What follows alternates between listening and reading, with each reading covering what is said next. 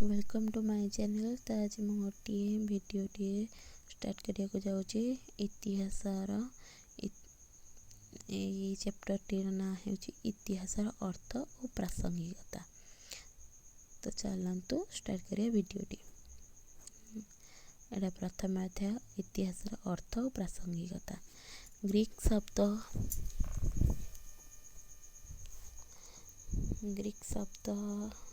Historia इतिहास शब्दर उत्पत्ति। हिस्टोरियार अर्थ अन्वेषण तदंत। सही आधार कहले अतीतर अन्वेषण लब्ध ज्ञान है इतिहास।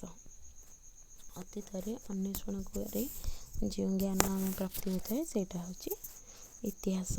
ओडिया समेत अनेक भारतीय भाषा इति बा अतीत शब्दर इतिहासर व्युत्पत्ति है। ओडिया समेत अनेक भारतीय भाषा इति बा अतीत शब्दर इतिहासर व्युत्पत्ति है। तेणु इतिहासर आम संस्कृति अर्थ है अतीत संबंधी ज्ञान, तथ्य प्रमाण आधारित अतीतर व्याख्या और समीक्षा है।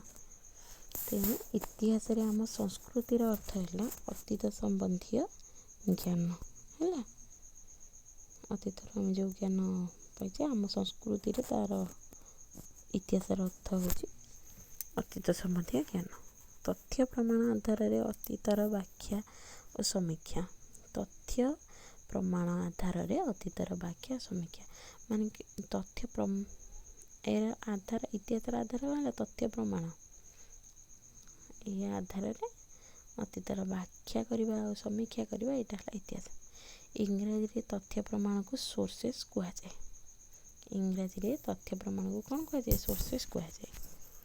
ऐतिहासिक अतीत सामाजिक रूपकल्प दिए। ऐतिहासिक अतीत समाजर रूपकल्प दिए।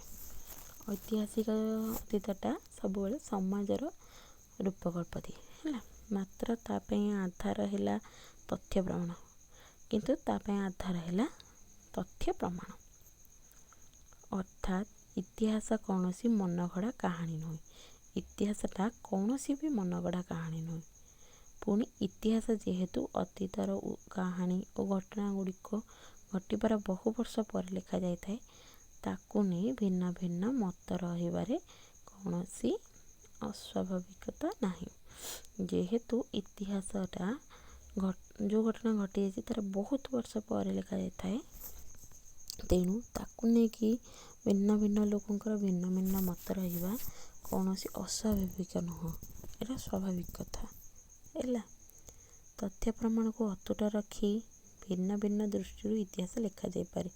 सब तथ्य प्रमाण को अतुट रखी माने तथ्य प्रमाण को कौन सी एपट सेपट न करे अतुट रखी भिन्न भिन्न दृष्टि इतिहास लिखा जाए पारे। सही आधार कहले इतिहास संबंधी एक निर्दिष्ट व्याख्या सर्वमान हेबार बा इतिहास अंतिम सत्य कहुवर परंपरा न थाए। इतिहास को अंतिम सत्य कहुवर परंपरा नहीं न थाए। यह प्रतिथर नुआ भाव इतिहास लिखा प्रेरणा दिए तथा तहिरे स्थापित साधारण सत्य को प्रश्न करने को सुजोग दिए है। यहाँ कौन प्रतिथर नुआ नुआ भाव इतिहास लिखा को प्रेरणा दे थाए से स्थापित थिबा साधारण सत्य को प्रश्न करने को सुजोग दिए है। इतिहास दर्शन और तत्व को जो विभाग में आलोचना कराए ताको कहुए इतिहास तत्व हिस्टोरियोग्राफी है। इतिहास दर्शन और तत्व को जो विभाग में आलोचना कराए तो कौन कहुए इतिहास तत्व बा हिस्टोरियोग्राफी। घटना गुड़िक अतीत संघटित होबार बहु वर्ष पर इतिहास कहीं लिखा वर्तमान समय तार प्रासंगिकता रही ना नहीं है।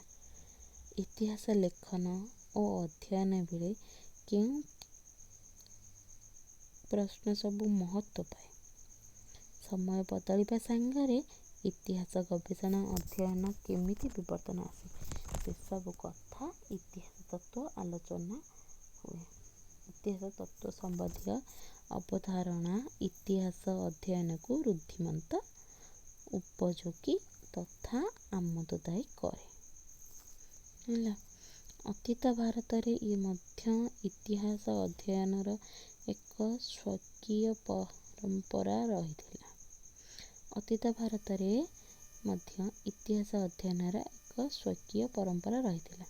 ହେଲା, ମାତ୍ର ଆଧୁନିକ ସମୟରେ ଭାରତ ସମେତ ସମସ୍ତ ବିଶ୍ୱରେ ୟୁରୋପୀୟ ପରମ୍ପରା ସୃଷ୍ଟ ଇତିହାସ ଅଧ୍ୟୟନକୁ ଭିତ୍ତି କରି ଇତିହାସ ତତ୍ତ୍ୱ ଆଲୋଚନା କରାଯାଏ। ହେଲା, ଭାରତ ସମେତ ଆଧୁନିକ ସମୟରେ ଆମର କ'ଣ ହେଲା, ଭାରତ ସମେତ ସମଗ୍ର ବିଶ୍ୱରେ ୟୁରୋପୀୟ ପରମ୍ପରା ସୃଷ୍ଟ ଇତିହାସ ଅଧ୍ୟୟନକୁ ଭିତ୍ତି କରି ଇତିହାସ ତତ୍ତ୍ୱର ଆଲୋଚନା କରାଯାଏ। ହେଲା, ସେହି ପରିପ୍ରେକ୍ଷୀରେ ଦେଖିଲେ ଖ୍ରୀଷ୍ଟପୂର୍ବ 5ମ ଶତାବ୍ଦୀରେ ଜନ୍ମିତ ଗ୍ରୀକ୍ ଦାର୍ଶନିକ ହେରୋଡଟସ୍ ପ୍ରାୟ 484 ରୁ 424 ଖ୍ରୀଷ୍ଟପୂର୍ବ କୁ ପ୍ରଥମ ଐତିହାସିକ ବା ଇତିହାସ ପାଠର ଜନ୍ମଦାତା ବୋଲି କୁହାଯାଏ। ଆମର ତାହେଲେ ପ୍ରଥମ ଐତିହାସିକ ବା ଇତିହାସ ପାଠର ଜନ୍ମଦାତା କିଏ? ଗ୍ରୀକ୍ ଦାର୍ଶନିକ ହେରୋଡଟସ୍। ସେ history of the Persian wars ଶୀର୍ଷକରେ ପ୍ରଥମ ଇତିହାସ ପୁସ୍ତକ ରଚନା କରିଥିଲେ। ପ୍ରଥମ ଇତିହାସ ପୁସ୍ତକ ଆମର କ'ଣ ଥିଲା? History of the Persian wars. ପ୍ରାୟ 100 ବର୍ଷ ପୂର୍ବରୁ ଘଟିଥିବା ଗ୍ରୀସ୍ ପାରସ୍ୟ ଯୁଦ୍ଧରେ ଏହି ପୁସ୍ତକରେ ବିବରଣୀ ରହିଥିଲା। ଲୋକଙ୍କର ଜିଜ୍ଞାସା ସତ୍ତ୍ୱେ ଯୁଦ୍ଧ ସମ୍ବନ୍ଧୀୟ ତଥ୍ୟ ପ୍ରମାଣମାନ ଯେତେବେଳେ ବିସ୍ତୃତ ହେବାକୁ ବସିଲା, ହେରୋଡଟସ୍ ସେଗୁଡ଼ିକୁ ସାଇତି ରଖିବାର ଅଭିପ୍ରାୟ ନେଇ ଗଦ୍ୟ ଶୈଳୀରେ ପୁସ୍ତକରେ ଉତ୍ଥାପନ କଲେ। ପଦ୍ୟ ରଚନାରୁ ତଥା କଳ୍ପନା ପ୍ରସ୍ତୁତ କାହାଣୀରୁ ଭିନ୍ନ ଏହି ପୁସ୍ତକ ଇତିହାସର ମର୍ଯ୍ୟାଦା ଲାଭ କଲା। ହେଲା, ଯେତିକି ବେଳେ ଆମର ଯେତିକି 100 ବର୍ଷ ପୂର୍ବରୁ ଗ୍ରୀସ୍ ସେ ଯେତେବେଳେ ପୁସ୍ତକ ରଚନା କରିଥିଲେ ତା 100 ବର୍ଷ ପୂର୍ବରୁ ପାରସ୍ୟ ଯୁଦ୍ଧର ଏହି ପୁସ୍ତକରେ ମାନେ 100 ବର୍ଷ ପୂର୍ବରୁ ପାରସ୍ୟ ଯୁଦ୍ଧର ବିବରଣୀ ଥିଲା। ହେଲା, ସେଇ ପୁସ୍ତକରେ ଲୋକଙ୍କର ଜିଜ୍ଞାସା ମାନେ ଜାଣିବାର ଇଚ୍ଛା ପାଇଁ ଯୁଦ୍ଧ ସମ୍ବନ୍ଧୀୟ ତଥ୍ୟ ପ୍ରମାଣମାନ ଯେତେବେଳେ ବିସ୍ତୃତ ହେବାକୁ ବସିଲା, ହେଲା, ସେତିକିବେଳେ କ'ଣ କଲେ, ହେରୋଡଟସ୍ କ'ଣ କଲେ, ସେଗୁଡ଼ିକୁ ସାଇତି ରଖିଲେ। ସେ ଯୁଦ୍ଧ ସମ୍ବନ୍ଧୀୟ ତଥ୍ୟ ପ୍ରମାଣ ଗୁଡ଼ିକୁ ସାଇତି ରଖିଲେ ଗଦ୍ୟ ଶୈଳୀରେ ପୁସ୍ତକଟେ ଉତ୍ଥାପନ କଲେ। ପଦ୍ୟ ରଚନାରୁ ତଥା କଳ୍ପନା ପ୍ରସ୍ତୁତ କାହାଣୀରୁ ଭିନ୍ନ ଏହି ପୁସ୍ତକ ଇତିହାସର ମର୍ଯ୍ୟାଦା ଲାଭ କଲା। ହେଲା, ଏହି ଭିନ୍ନ ପୁସ୍ତକର ଇତିହାସର ମର୍ଯ୍ୟାଦା ଲାଭ କଲା। ସେହିଦିନଠାରୁ ପ୍ରତ୍ୟେକ ଇତିହାସ ରଚନାର ଶୈଳୀ ଗଦ୍ୟ ଆଧାରିତ ଓ ତଥ୍ୟ ପ୍ରମାଣ ଭିତ୍ତିକ ହୋଇ ରହି ଆସିଛି। ସେହି ଦିନଠାରୁ କ'ଣ ହେଲା, ସବୁ ଇତିହାସ ଗୁଡ଼ିକ ତଥ୍ୟ ପ୍ରମାଣ ଆଧାରିତରେ ହେଲା ଆଉ ଗଦ୍ୟ ଶୈଳୀରେ ହେଲା। ତା ଶୈଳୀଟା ଗଦ୍ୟ ଶୈଳୀ ରହିଲା।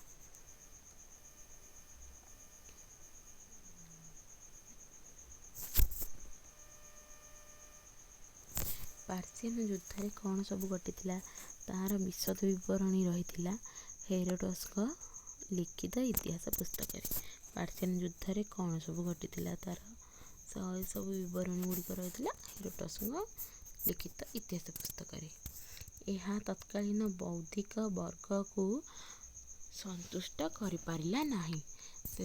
ଏଇଟା କ'ଣ ହେଇଥିଲା, ଏଇ ଯେଉଁ ପୁସ୍ତକଟି ସେହି ସମୟରେ ଯେଉଁ ବୌଦ୍ଧିକ ବର୍ଗଙ୍କୁ ଏଇଟା ସନ୍ତୁଷ୍ଟ କରିପାରିନଥିଲା। ସେମାନେ ଜାଣିବାକୁ ଚାହିଁଲେ ଘଟଣା ପଛର କାରଣ ଗୁଡ଼ିକ। ସେମାନେ କ'ଣ ଜାଣିବାକୁ ଚାହିଁଥିଲେ? ବୌଦ୍ଧିକ ବର୍ଗର ଲୋକମାନେ କ'ଣ ଜାଣିବାକୁ ଚାହିଁଥିଲେ? ଘଟଣା ପଛର କାରଣ ଗୁଡ଼ିକ। ଏ ଘଟଣା କ'ଣ ପାଇଁ ଘଟିଲା, ତା ପଛର କାରଣ ଗୁଡ଼ିକ ସେ ଜାଣିବାକୁ ଚାହିଁଥିଲେ।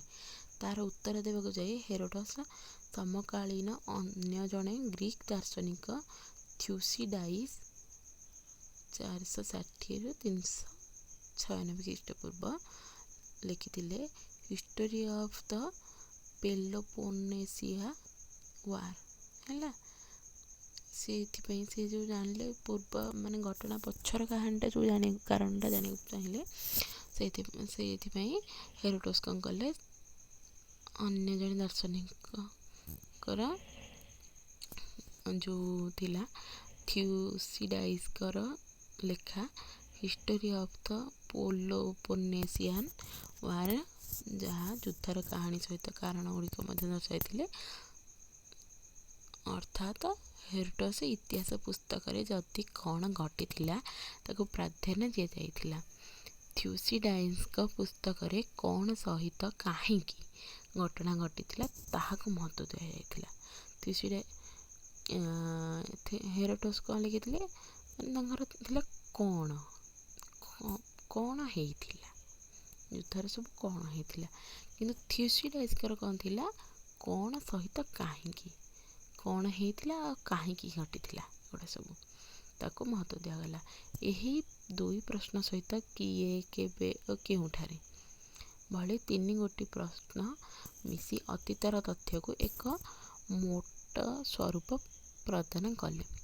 ଆଜି ପର୍ଯ୍ୟନ୍ତ ଏହି 5ଟି ପ୍ରଶ୍ନ what, why, who, when and where ଇତିହାସ ରଚନାର ମେରୁଦଣ୍ଡ ହୋଇ ରହିଆସିଛି। ଅତୀତକୁ ନେଇ ଯେତେବେଳେ ଏହି 5ଟି ପ୍ରଶ୍ନ କରାଯାଏ, ତାର ଉତ୍ତରରେ ଇତିହାସ ଜଣାପଡ଼େ, ଯାହାକୁ ଆମେ ଇତିହାସ ଅର୍ଥ ବୋଲି କହିପାରିବା। ଯେତିକି ଅତୀତରେ କୌଣସି ଘଟଣା ଘଟିଛି ତାକୁ ନେଇକି ଏ ହ୍ୱାଟ୍, ହ୍ୱାଇ, ହୁ, ହ୍ୱେନ୍ ଏବଂ ହ୍ୱେର୍ ଏ 5ଟା ପ୍ରଶ୍ନ ପଚରାଯାଏ ସେ ଘଟଣାକୁ ନେଇକି, ସେତିକିବେଳେ ଆମର ଇତିହାସ ଜଣାପଡ଼େ।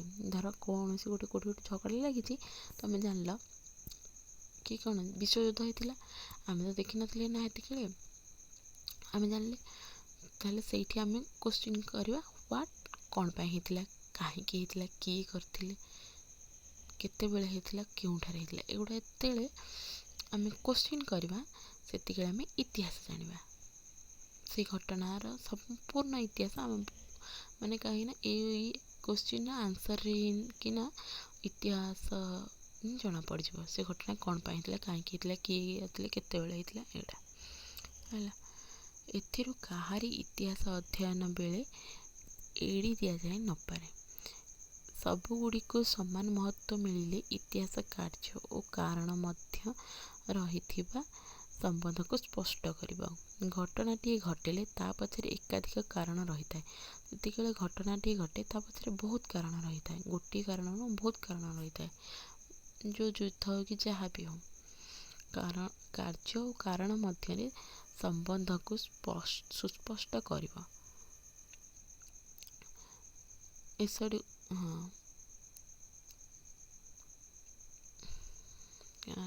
କାର୍ଯ୍ୟ ଓ କାରଣ ମଧ୍ୟରେ ସମ୍ବନ୍ଧର ବିଶଦ ଆଲୋଚନା ହେଲା ଇତିହାସ ପାଠର ମୂଳ ଉଦ୍ଦେଶ୍ୟ। କାର୍ଯ୍ୟ ଓ କାରଣ ମଧ୍ୟରେ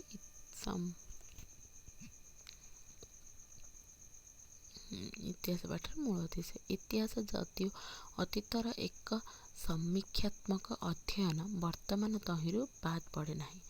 ଇତିହାସ ଯଦିଓ ଅତୀତର ଏକ ସମୀକ୍ଷାତ୍ମକ ଅଧ୍ୟୟନ, ଇତିହାସ ଯଦିଓ ଅତୀତର ସମୀକ୍ଷାତ୍ମକ ଅଧ୍ୟୟନ, ତଥାପି ଏଥିରୁ ବର୍ତ୍ତମାନ ମଧ୍ୟ ବାଦ୍ ପଡ଼ିବ ନାହିଁ। ହେଲା, ଇତିହାସ ଅତୀତର ଘଟଣା ହେଲେ ସୁଦ୍ଧା ତହିଁରେ ଲେଖକ, ତାର ଦୃଷ୍ଟି ଏବଂ ତାର ପ୍ରଶ୍ନ ସବୁ ବର୍ତ୍ତମାନ କାଳୀନ।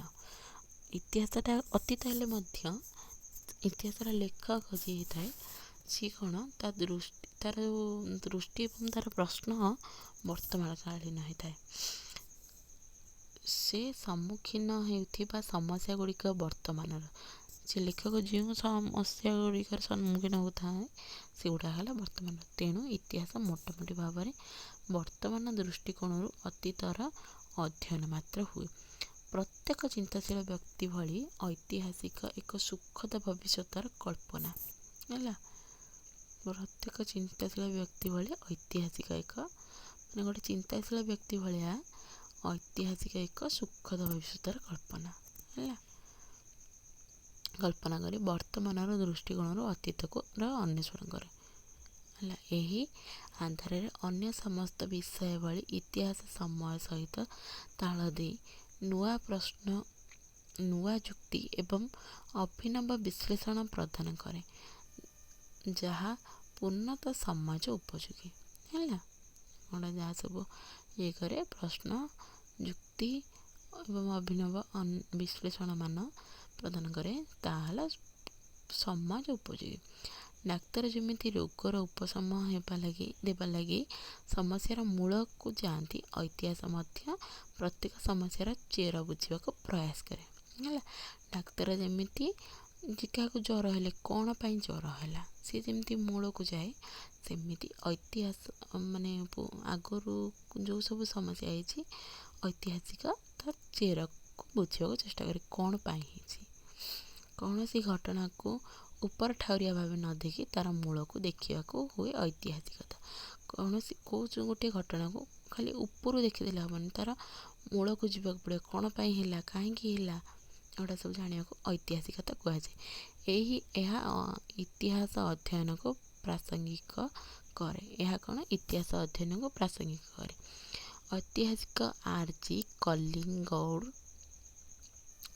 1899-1943 ମତରେ ପ୍ରତ୍ୟେକ ଇତିହାସ ହେଲା ସମକାଳୀନ ଇତିହାସ। ପ୍ରତ୍ୟେକ ଇତିହାସ ହେଲା ସମକାଳୀନ ଇତିହାସ, କାରଣ ଏହା ବର୍ତ୍ତମାନର ପୃଷ୍ଠଭୂମିରେ ଅତୀତର ସିଂହାବଲୋକନ କରେ ହେଲା। ଯେମିତି ଅତୀତକୁ ସେମିତି ବର୍ତ୍ତମାନକୁ ବାଦ ଦେଇ ଇତିହାସ ରଚନା ସମ୍ଭବପର ନୁହେଁ ହେଲା। ତମେ ଅତୀତକୁ ବାଦ ଦେଇକି ଇତିହାସ ଲେଖିପାରିବନି, ବର୍ତ୍ତମାନକୁ ବି ବାଦ ଦେଇକି ଇତିହାସ ଲେଖିବନି। ଏହି ଇତିହାସର ଅର୍ଥ ଓ ପ୍ରାସଙ୍ଗିକତା କାରଣରୁ ଐତିହାସିକ E.H. ଗାର ଇତିହାସକୁ ଅତୀତ ଓ ବର୍ତ୍ତମାନ ମଧ୍ୟରେ ଚାଲିଥିବା ଏକ ଅସରନ୍ତି ବାର୍ତ୍ତାଳାପ ବୋଲି ପରିଭାଷିତ କରନ୍ତି। ଏହିସବୁ କାରଣରୁ ଐତିହାସିକ E.H. ଗାର କ'ଣ କଲେ, ଇତିହାସ ଓ ବର୍ତ୍ତମାନ ମଧ୍ୟରେ ଚାଲିଥିବା ଏକ ଅସରନ୍ତି ବାର୍ତ୍ତାଳାପ। ଇତିହାସ ହେଲା ଆମର କ'ଣ, ଅତୀତ ଓ ବର୍ତ୍ତମାନ ଭିତରେ ଚାଲିଥିବା ଅସରନ୍ତି ବାର୍ତ୍ତାଳାପ ବୋଲି ପରିଭାଷିତ କରନ୍ତି ହେଲା। କେବଳ ରାଜନୀତି ନୁହେଁ, ବରଂ ପ୍ରକୃତି ଓ ସମାଜର ସମସ୍ତ ବିଭାଗର ଆମୂଳଚୂଳ ଅଧ୍ୟୟନ ହେଲା ଇତିହାସର ପାଠ୍ୟ ସାମଗ୍ରୀ ହେଲା। ତେଣୁ ରାଜା ଓ ରାଜସ୍ୱର ଅତୀତରୁ ଆରମ୍ଭ କରି ବିଜ୍ଞାନ, ଗଣିତ, ଖେଳ, ଜୀବଜନ୍ତୁ ଅତୀତ ଯାଏଁ ସମସ୍ତେ ଇତିହାସ ଅଧ୍ୟୟନର ପରିଧି ଭିତରେ ହେଲା। କ'ଣ, କେବଳ ରାଜନୀତି ନୁହେଁ, ବରଂ ପ୍ରକୃତି ଓ ସମାଜର ସମସ୍ତ ବିଭାଗର ଆମୂଳଚୂଳ ଅଧ୍ୟୟନ ହେଲା ଇତିହାସ ପାଠ୍ୟ ସାମଗ୍ରୀ ହେଲା।